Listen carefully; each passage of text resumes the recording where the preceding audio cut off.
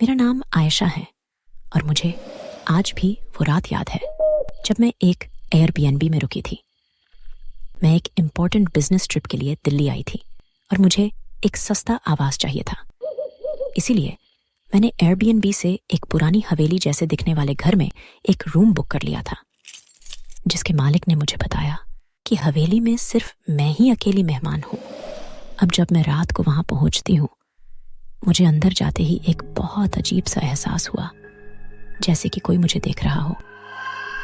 उस हवेली में मेरा कमरा ग्राउंड फ्लोर पर था, तो मैंने इस बात पर ज्यादा ध्यान ना देके सोने की तैयारी शुरू कर दी। लेकिन जैसे ही देर रात के 3 बजे मेरी आंख एकदम से किसी तेज आवाज से खुल गई। वो आवाज ऊपर के फ्लोर से आ रही थी, जैसे कोई व्यक्ति वहां रो रहा हो।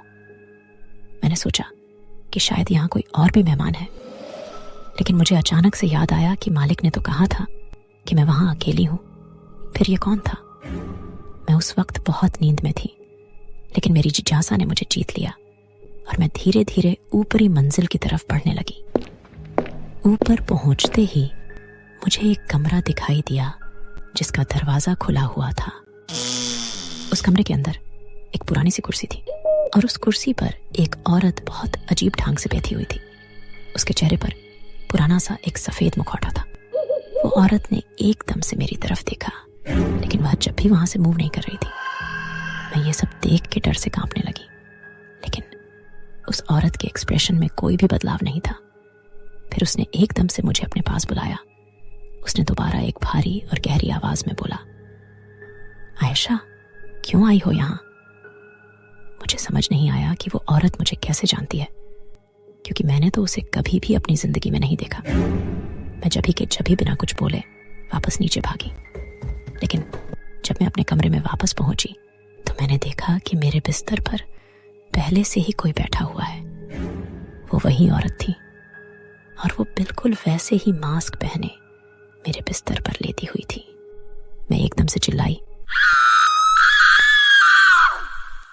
और जब ही वहां से बाहर भागी और जैसे ही मैं रोड के एंड तक पहुंची, मैंने पुलिस को तुरंत ही फोन कर दिया। जब पुलिस वहां आई तो उनको उस कमरे में कुछ नहीं देखा, नहीं वो औरत, नहीं वो मुखौटा। फिर उधर के मालिक ने मुझे इसके पीछे का सच बताया। कुछ साल पहले वो कमरा किसी औरत का था जो मास्क बनाया करती थी, लेकिन एक दिन उसने किसी पर्सनल रीजन से खुद को मार दिया और मरने के समय भी उसके चेहरे पर वो मास्क था।